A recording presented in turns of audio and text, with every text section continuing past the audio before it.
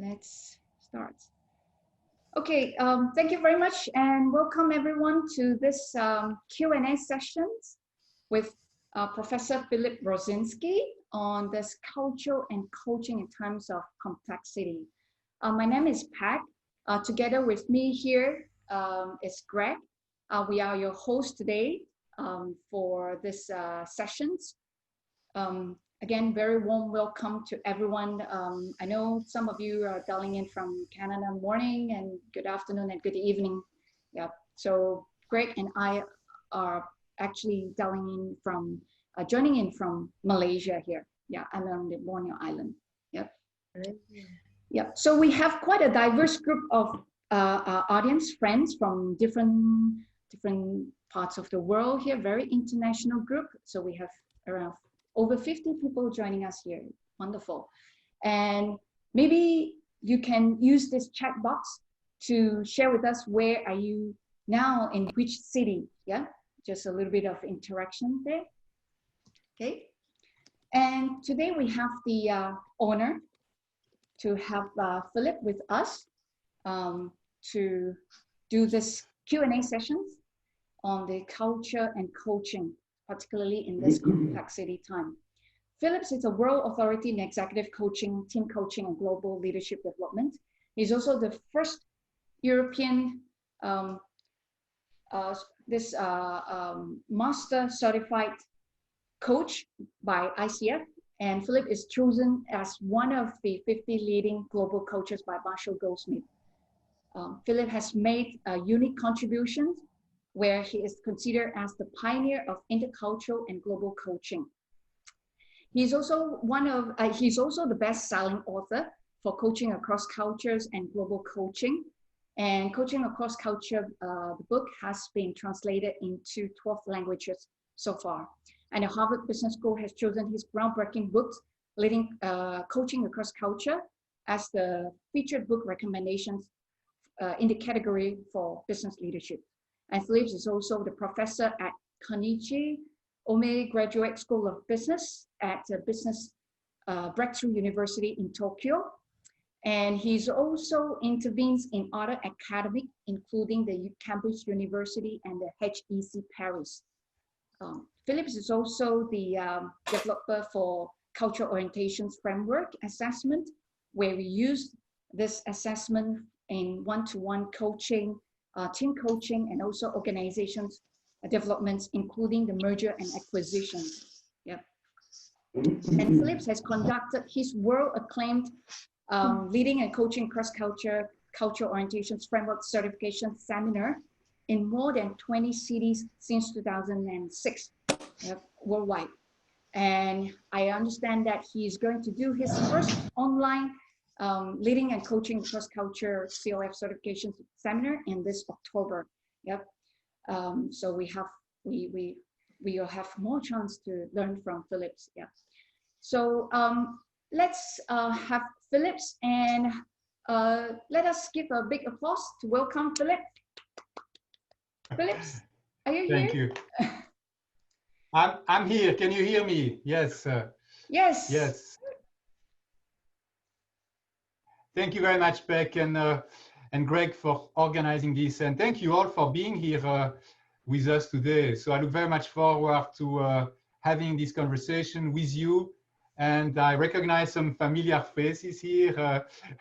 I see Simon, there was Catherine, Amana, some people who have attended our seminar, and some friends. So hello to all of you, and I look forward to this exchange. So hello everyone, and thank you very much for all the questions that you shared with us before the webinar. So we made our best to summarize the questions, and we are going to ask Philippe these questions. And in the meantime, please feel free to share the additional questions in the chat box. And we might not have the time to cover all the questions because we have limited time. But Peck will make a best to choose the most burning questions. I just want to say, Greg, I think I like the idea of having this as a dialogue with you, because I've done a number of webinars already, you know, a standard presentation on this topic. And I think what I think is interesting here is having the chance to listen to the questions you have and trying to answer this, you know, as best as possible in the time that we have. Thank you, Philippe.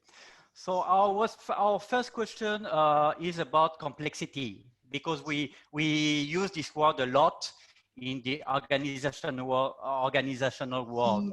But we would like to know, how do you define complexity? Well, you know, I think it's always interesting to go back to the etymology. And complexity comes from the Latin word complexus, which means what is woven together. Sometimes we have the impression that you know, reality is composed of separate parts that are disconnected. But I think more and more these days we realize that it's all connected. We are all connected. A virus could start someplace in China, and we could think, you know, that's only going to concern these people. And now we realize that we are all affected. We are all concerned. A lot more could be said about this. The complexity nature of reality and contrasting complexity with a more mechanistic worldview. You know, I won't go into the details here, but for those of you who are interested, I devoted the entire part 3 of my book, Global Coaching, on this topic, making some links with quantum physics, Carl Jung, collective and conscious. It's just a different awareness of reality and the interconnected nature of reality, and that has implications for coaching as well as for leadership. Thank you. And we also have a question is about culture, because usually we define culture referring to country differences. But what we read in your book, Coaching Across Cultures, is that you offer a broader definition. Yes, I mean, it's very limiting to just consider national differences. The way I define culture would be the characteristics of one group that distinguishes that group from another group. And the group could be anything. You know, we can be in a certain country, but also from a certain generation, working for a certain organization, being at a certain hierarchical level. So typically we all have multiple cultures. So there is I want to promote a more inclusive view of culture. What I also try to emphasize is the dynamic nature of culture. Culture is what we have learned along the way, but what we have learned, we can also unlearn and relearn, particularly by interacting with people from different cultures. We can expand our worldview by learning from others. So I'm trying to promote a more dynamic and inclusive view of culture. Thank you, Philippe. And here we have a question, and I think it's in everybody's mind. It's about the COVID-19. From what you observe, yeah, from what you observe, how is the COVID-19 affecting organization and leaders? So maybe something to be said is what we try to do also in our seminar is to provide a vocabulary to be able to describe the cultural terrain and understanding what is going on at a cultural level. So one way, practical way to do this is to introduce this model. I call it the cultural orientation framework, and it looks at 17 cultural dimensions, which refers to how we think, how we communicate, how we manage time, and so on and so forth. The tool actually even allows you to create additional customized dimensions. Equipped with this model, equipped with this knowledge, I think we can understand what are the choices that we face, the tensions, the polarities that exist. Let me give an obvious example. Individualistic versus collectivistic. We see in some cultures, the emphasis is on my individual rights and freedom. You know, no, I don't want to wear the mask because that goes against my individual freedom. In other cultures, that would be difficult to imagine because it's more about the group, the collectivity. I'm wearing a mask, not so much for me, but to protect others. And that comes to the fore. So I'm not saying one is right and the other is wrong, but it's interesting to realize that we have some polarities here. Maybe another example would be That's another dimension, control versus humility. Control is this idea that we are very much in charge of our destiny. Yes, we can. If we have this attitude, we are more likely to be very proactive, and that's a good thing, and take responsibility. But the danger in the COVID situation could be twofold. One is denial. I believe that I'm stronger than the virus. I've been an athlete all my life, you know, this is not going to affect me. So that could be a form of denial. And another danger would be excessive risk aversion. You know, we want to control the situation. We don't want to be contaminated. And so we take extreme measures. We are going to shut down all the schools and universities. Everything is going to happen online. So that's great because there will not be any contamination, but I feel sorry. You know, we have seen universities, some universities doing that for the students, particularly the new students who are going to miss social interaction. So another perspective would be humility. In this case, the recognition that power is also outside of me. So if I recognize that, I may be more humble and recognize that, hey, I've been an athlete, but I can still catch that disease, you know. Nobody is immune to that, we don't know. And so I'm more humble, but also I may be more ready to accept a certain level of risk. Okay, yes, we are going to take some precautions, but we are not going to shut everything down because otherwise there will be difficult social and economic consequences. So I could go on and on. Let me just give one example. Universalist, particularist. Universalist, the same rule applies everywhere. In Belgium, now in Brussels, you have to wear the mask everywhere. So, I mean, at least it's clear. But some people in the middle of the forest in Belgium wonder, there is nobody around, I'm here in the middle of the forest, does it really make sense to have a mask? So the other polarity would be particularism, which is about flexibility. And in this case, yes, we are going to adapt the rule to the circumstances. So it doesn't have to be one or the other. The ideal scenario would be where you have some clear rules together with some flexibility. So I think having that awareness can help make some choices and some informed choices as opposed to being stuck with just one worldview. Does that make sense? Thank you, Philippe. So what we understand is not about A or B, but it's A and B. As much as possible, yes, yes. Thank you. And another topic, which is a huge topic for leaders and organizations, is about diversity and inclusion. Yes. Related to this topic, how can coaching and cultures help? Yes. Well, first of all, diversity, there are different ways of looking at diversity. But let me just say a few words about inclusion. Inclusion means that you feel included and that you ensure that everyone feels that he or she is part of the group. But that can be done in different ways. At the minimal level, you would want people from different and diverse backgrounds to feel welcome in the group. But I would say that's just, in my view, the minimum. What hopefully you can obtain is a sense of real belonging, that everyone feels he or she really belongs to the group, to the organization. And even more than that, we would like everyone to thrive, to flourish in that organization. For that to happen, coaching across cultures can really help by helping to unleash people's potential in their rich cultural diversity. So we are not doing this out of political correctness, but we really believe with leading and coaching across cultures that there is richness in that diversity. And if we can help to deploy that richness, we are going to create an environment where there will be real unity, not just bland uniformity, but a synthesis of differences, a mutual enrichment. That is, by the way, what I believe we are able to do thanks to our participants in our various seminars where, and we have some of our participants here, people from different backgrounds, different origins, get to experience their differences and the challenges that come with those differences, but then start to see how they can come together and how these differences can become a source of richness. And that's how they experience the richness of unity, a synthesis of differences. When we have that, then we can have inclusion in the greatest sense. That's what we try to promote. And I think that's what leading and coaching across culture is about.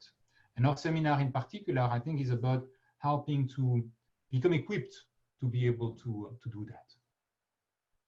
Thank you, Philippe, for sharing about how to create the rich unity, building on the uniqueness of each one. And I think that we might have quite a few questions in the chat box already. So I will give the floor to Peck. Thank you, Greg. Thank you. So I have quite a number of questions on hand received from the participants or from the audience, actually.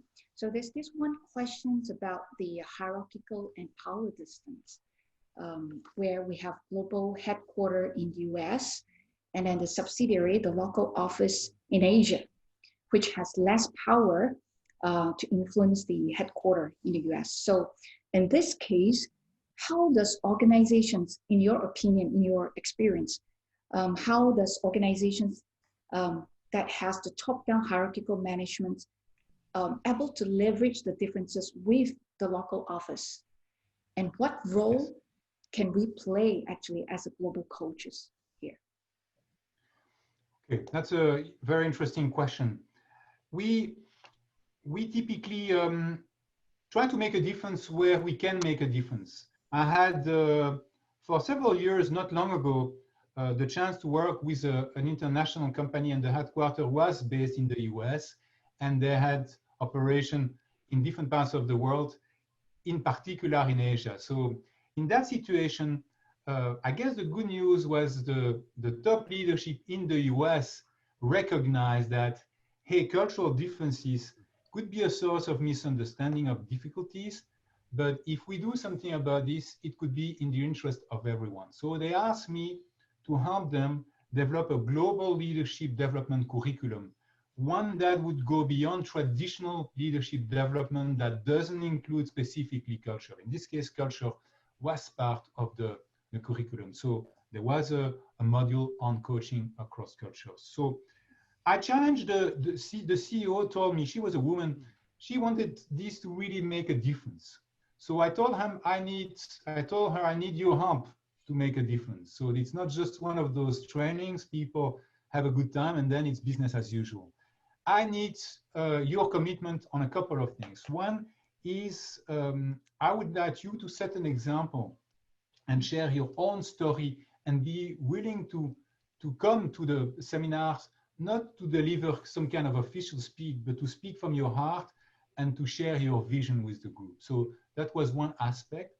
And I would need you also to make a number of commitments in terms of not having that as a one-off program, but to have, in this case, we would have leadership development training followed by coaching, and that you would pay attention to the lessons and integrate the lessons learned from these participants. For example, the idea also was to define some clear outcomes, not just that people are going to feel happy at the end of the training, but that this will lead to some concrete differences. For example, that they will be better able to recruit from within, that there will be less absenteeism, more engagement, and all those things were going to be measured. So also that they would change some of the other HR policies, for example, the reward system, so that there would be as much alignment as possible. In this case, meaning that those leaders who make an effort to promote cultural diversity in the sense I've just explained, and are committed to really unleash people's potential, that those leaders are rewarded somehow, are recognized somehow. If you just get the numbers, but you alienate part of the people, that is not a good thing, and that should not be rewarded in the same way. So I hope I'm making sense. I'm trying to summarize a long journey here with an organization. But just to say, in this particular instance, there was an opportunity to work with those at the top. And it was clear that, you know, it was not only people in Asia would need to change. They themselves needed to be ready to question their own assumptions. So it could be a mutual enrichment, not just the US trying to impose their approach to the rest of the world. But sometimes I've been in situations where you don't have that possibility. So what I would do then is work with the people and see what can you do at your level? What difference can you make at your level? How could you possibly, if I'm working with people in Asia and not with those in the US, how could you more effectively deal with the people in the US? And one way to do this is by understanding where they are coming from and being able to understand their worldview and talk to them accordingly. You know, yes, I respect your perspective and I will do this, but here's what I propose. If I can give one example of this, I had a manager who didn't do that at one point. He was in France and he would speak to his boss in the US and he would say, what you asked me to do is not going to work here in Europe. So at some point he said that all the time, she became alienated. So if he had said, I appreciate your desire for a more consistent solution everywhere, including in Europe, and I will do my best to promote that consistency, but I would appreciate if you could also see that in this particular instance, I need some flexibility. So that would be leveraging universalism and particularism instead of just one speaking from a universalist standpoint, the other from a particularistic standpoint. If he had spoken that way, that would have made a big difference. So that's what we would do. We work with what is possible. Sorry, a long answer to your question.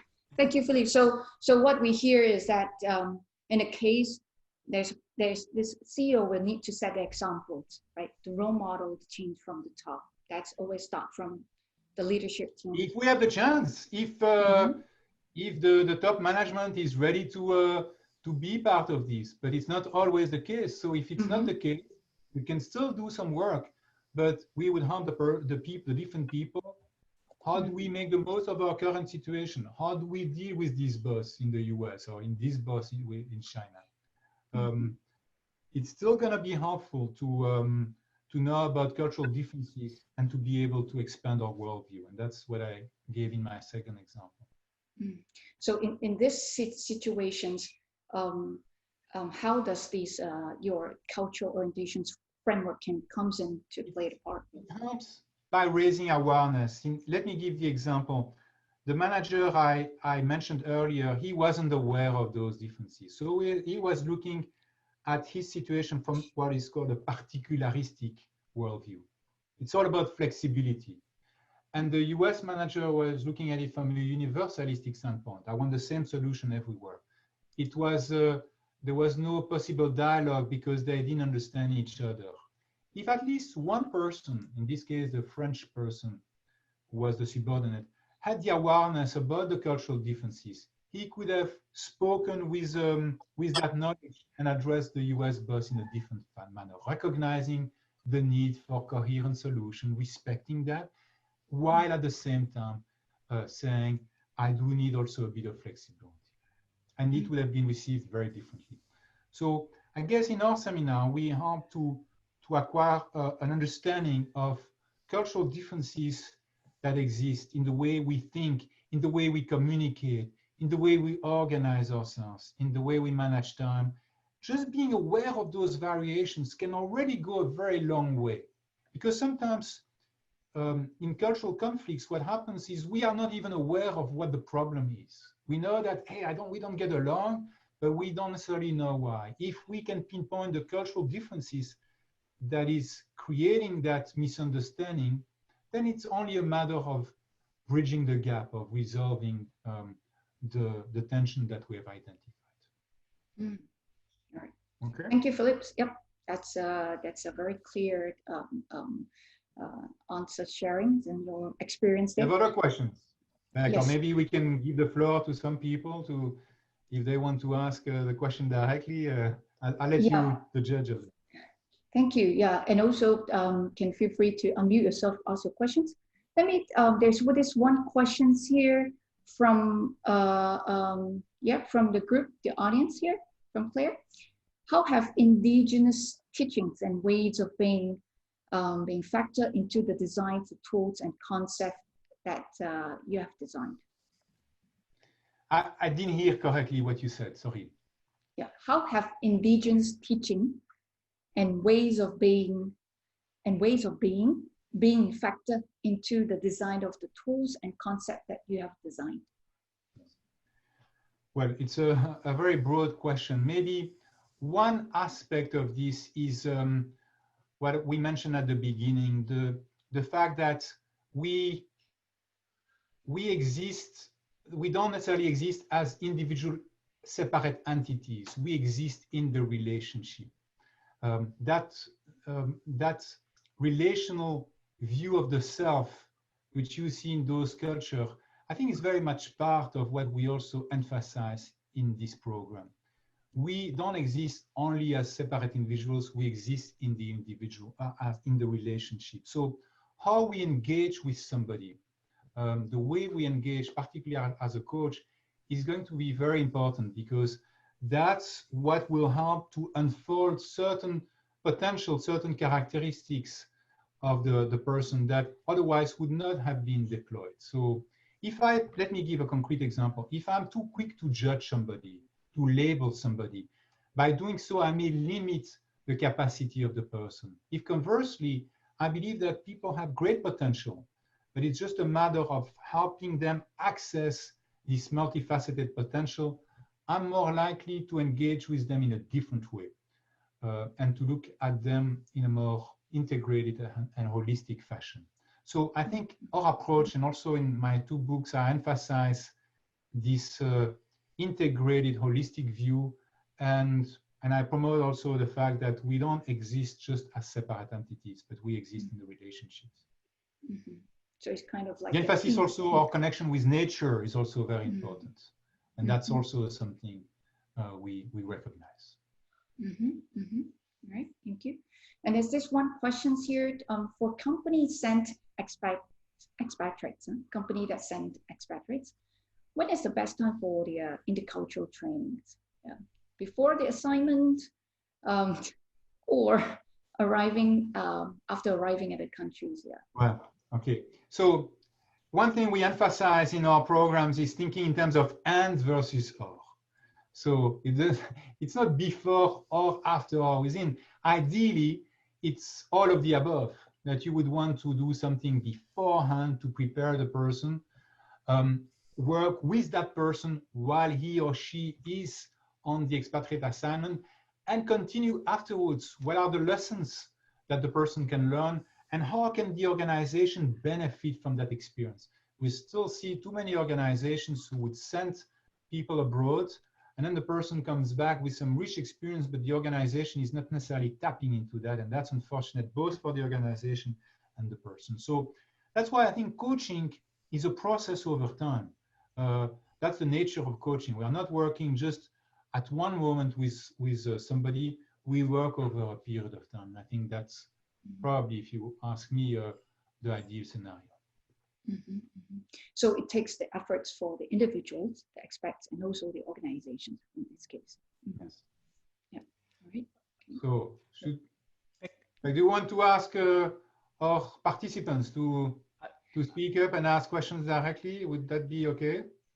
Sure. I think if we have, sorry, I jumped in because I can see Lareng question is related to what you shared. So Lareng, if you're willing to share with us your question. Yeah, sure. Yeah, I was just wondering, as a transition coach who coach like senior leaders moving. I don't see you. Sorry. Yeah. Lareng, you can you hear me? Could you on your video, please? Maybe my volume a bit up. My video is not on because I don't have a camera. No, that's okay. Don't worry. But at least if we can all hear you well. Yes. Yeah. So I'm wondering, as a transition coach who coach senior leaders moving into an environment that is very different. It could be, countries that are very different cultures or different kinds of organization cultures. What do you think is the most important thing a coach can do to better prepare their clients? Well, I would say maybe two things. One is working at two levels. One is the attitude the person can have vis-a-vis the cultural differences. And in the seminar, also in my book, I share this model from Milton Bennett, looking at different attitudes vis-a-vis cultural differences, from being judgmental about these differences, negative, minimizing the differences, all the way to, that's the one stage I've added, leveraging the differences.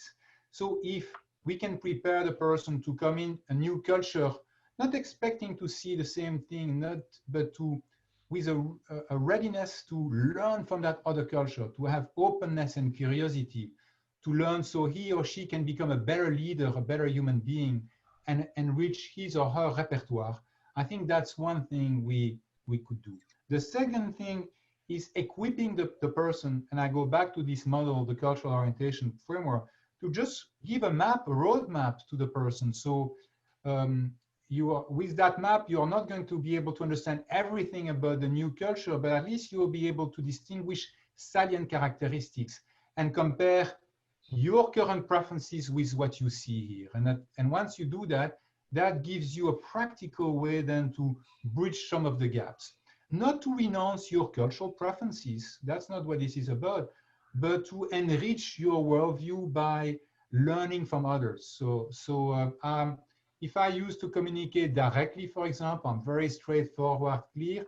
I don't need to give that up, but I can learn to also become more sensitive. So in the way I will communicate. So I still can be firm in my content, but I'm sensitive and sure I maintain harmony and sure nobody lose face. So that's well, that's precisely what we try to do in the program. It takes some practice also. I think we want to give that manager a sense of practice, giving him or her the opportunity to be in a situation where we will role play the situation. And so it's easier to make mistakes when you're practicing because there is no penalty for that. Better to do that in a practice than to do that later on.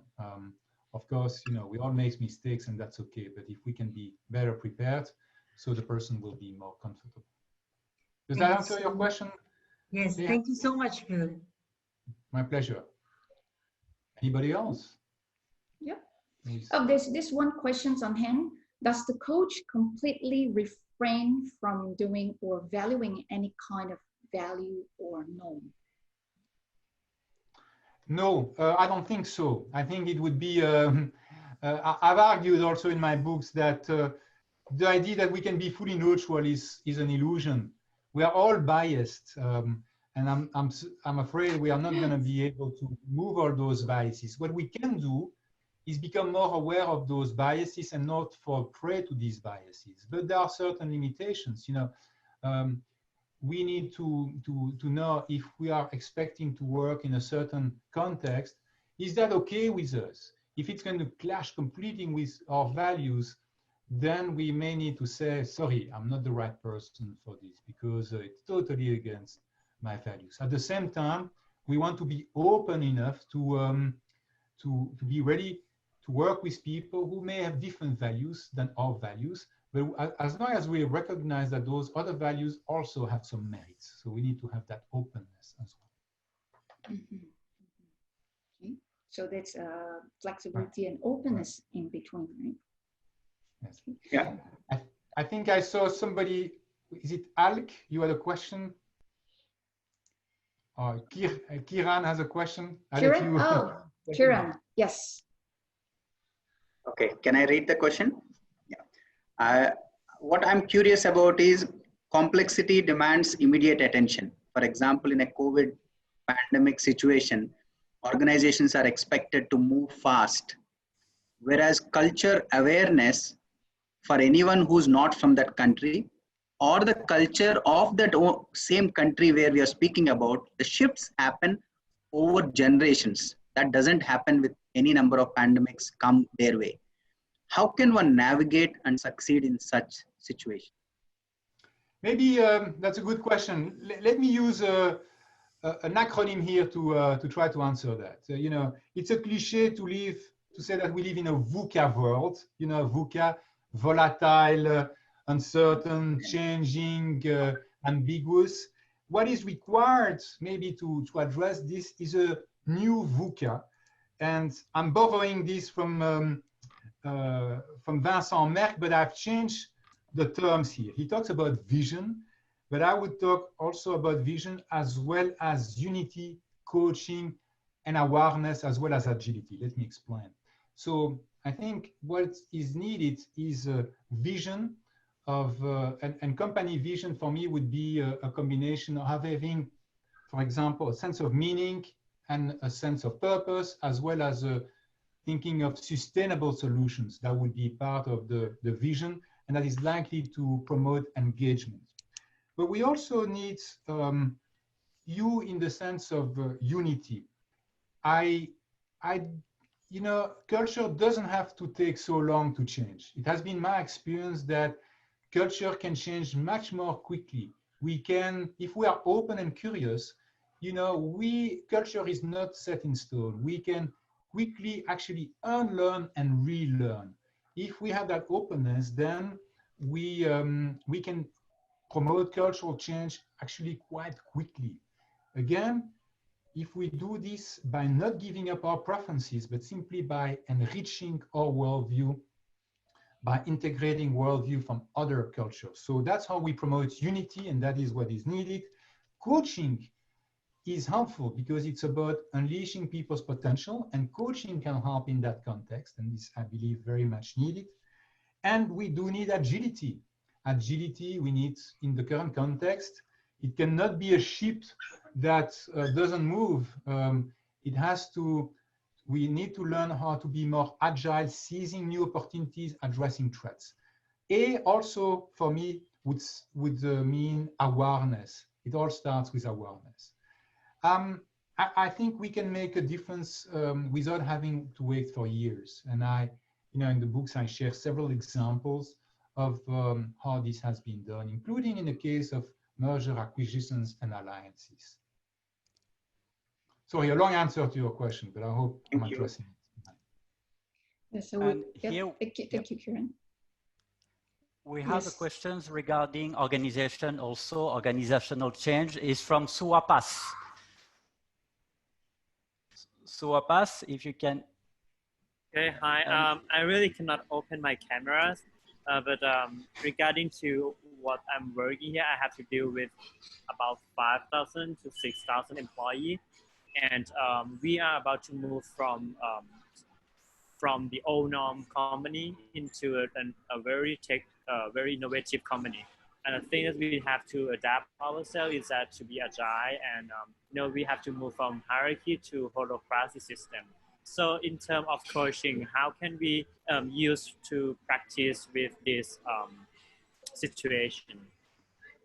So, Swapa, I'm not sure I heard you correctly, but I think if I heard you correctly, you were talking about a large company and who is embarking in a major change effort, recognizing that you know, change is needed to move from something that is slower, hierarchical, to something more agile and equalitarian. Yes, that's correct. Yeah. The way, I mean, I don't have a magic wand, but the way I tend to approach a situation is by doing with my colleagues, we would do some interviews with a representative sample of people in that organization to look at exactly what is the situation currently, what is working, what is not working, what are the obstacles, what are the opportunities. And so we would start with a needs analysis and then go back to those in charge of the organization and saying, based on what we have learned and found, here is what we propose. But there would be typically some form of leadership development training, team development as well, that would be part of the solution, as well as other HR recommendation. And what we want, if we have some leadership training, for example, is to ensure that the training is very impactful. So it is pertinent, and it's not a matter of saying to people, you should become more agile, you should become more equalitarian. It's really about working with people, raising their own awareness and helping them recognize the opportunities they have to become better leaders and to be better able at addressing the challenges. So the seminars typically would really being about raising awareness as well as giving people an opportunity to practice in some real concrete situations. So I have to manage this individual. How do I do this in practice in a different way? So sometimes people mean well, but they just lack the practice to put all this in practice. So then we would work also typically with some teams. And same thing, the work with the team is about raising the awareness, but also helping the team make some difficult decisions and change their habits. For example, one team I worked with, we had a similar situation where it was a French organization and a Dutch organization. And the French were much more hierarchical in their approach than the Dutch.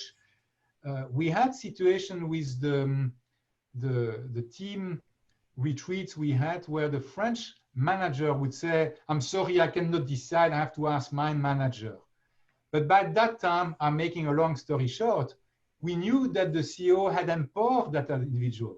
So we would take that individual one-to-one and say, you could have said that maybe a few weeks, a few months ago, but no, you have been empowered. So we would work one-on-one with that person and conveying the sense that to change the culture, it's now your responsibility to start taking your own responsibility. We wouldn't do that in front of people so that the person wouldn't lose face, but we would challenge that person at that moment to seize his or her responsibility. And so, again, there isn't one way, but it involves working closely with people, individually and collectively. And it starts, I think, with a needs analysis to ensure that what is done is pertinent. Also, we don't want to reinvent the wheel. If they have taken some initiatives already, we want to build upon that. Does that make sense? Yeah, totally. Thank you very much. Yeah, I'm gonna use this to apply to our strategy. Thank you.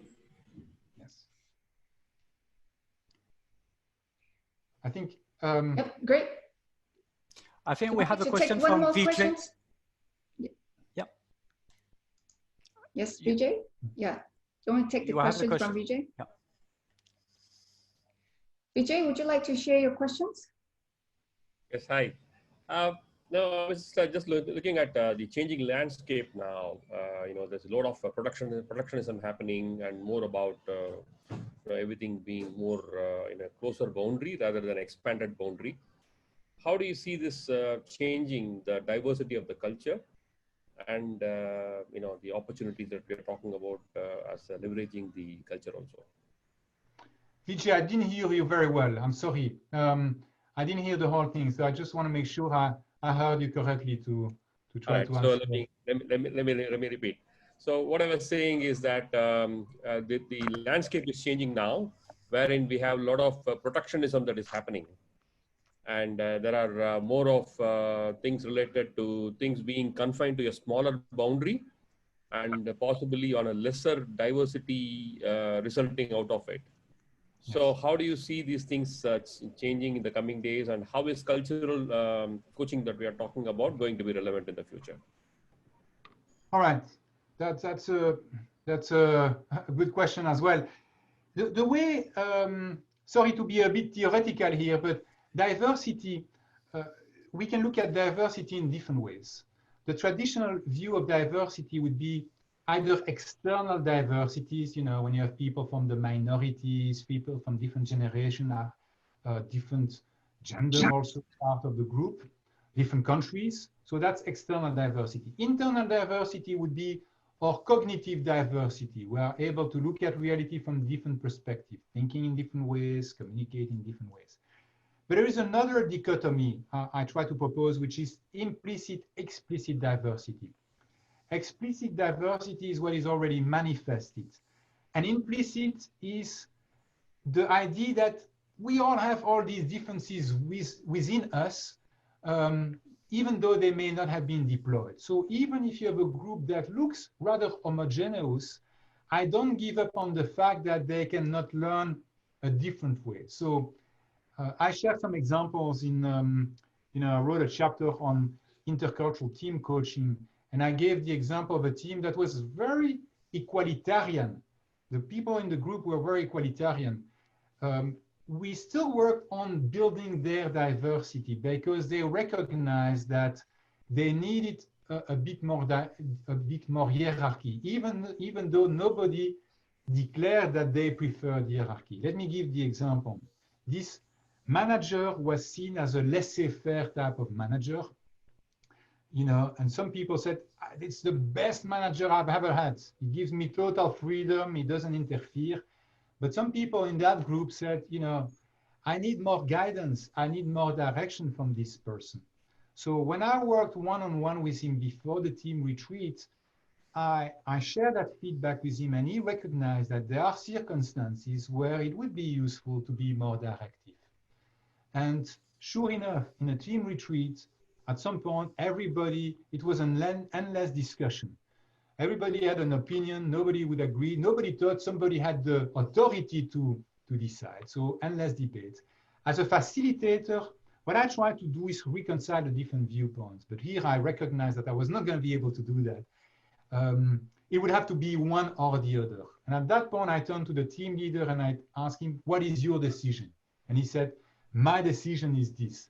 People were a bit shocked, you know, because he wouldn't speak like that typically. But since they had been prepared, we had shown their group profile, they recognized the pitfall of over-relying on equality, and they were prepared to accept a different way. So the reason I'm sharing this story, Vijay, is to say, even if the team is rather homogeneous, and because of protectionism, you cannot have people coming from other cultures, there is still hope. There is still the opportunity to expand our worldview. And this applies also, by the way, coaching across cultures applies not only for international teams, it applies to everyone, every leader, every coach, every team that wants to expand his worldview, his or her worldview, for more creativity, for more innovation, to not be just stuck with one way of looking at things, to be ready to look at other possibilities. Thank you very much, Philippe. It's very, very relatable to me. I used to have a very diverse team. And the thing that you just talked about, saying that, how do you find the sweet spot where you have people from all continents in the same room, and one approach doesn't really help. So thank you very much for sharing that.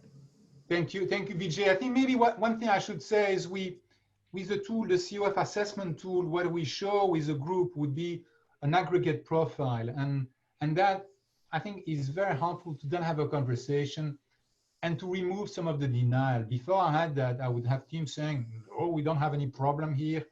But here, if you show the slide saying, yeah, this is the majority, if not everyone is clearly on the equalitarian side, you can make the point more easily and confront the team in a more effective, still kind manner, but more effective manner. And that's what the tool helps to achieve. Perfect. Thank you very much.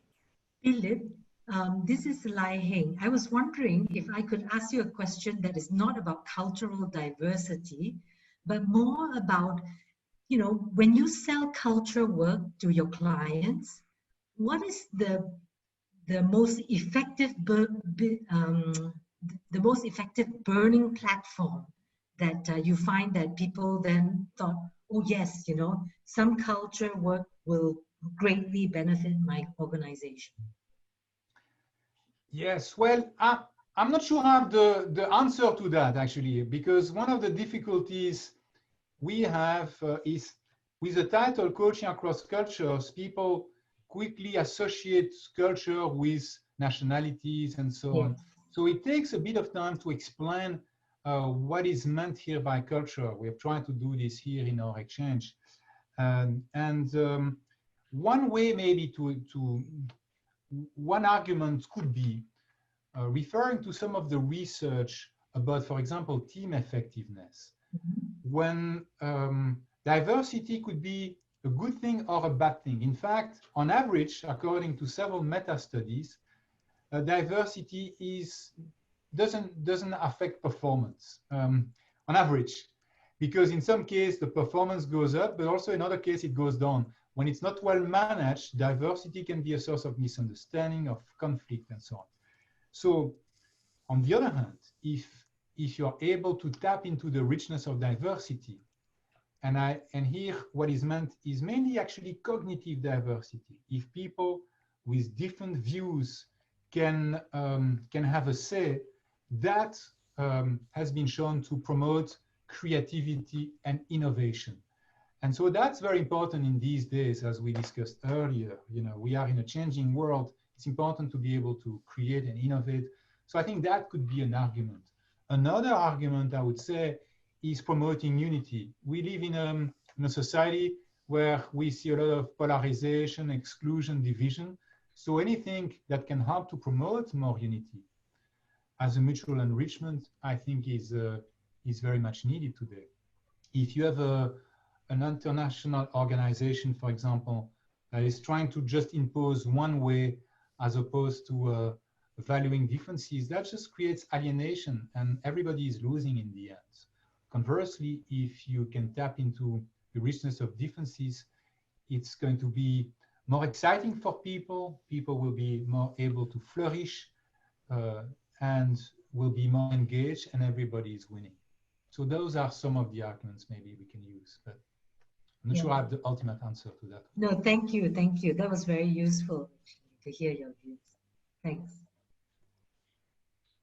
We have, so that will be the last question because we already close to the end. So that will be a Rosalind question. So Rosalind, if you can unmute yourself. Okay. Thank you. Just my question was about diversity, because diversity is not only between different countries and cultures. There is diversity inside the same country. Absolutely. So how do you address this? Well, that's a good question. And again, remember what I said earlier, really, first of all, a recognition that when we talk about culture, it's not only national differences, it's all form of differences. Remember what I said earlier about it could be generational differences, organizational differences, occupational differences. So we are all parts of several cultures at the same time. So it can become very complex and even overwhelming.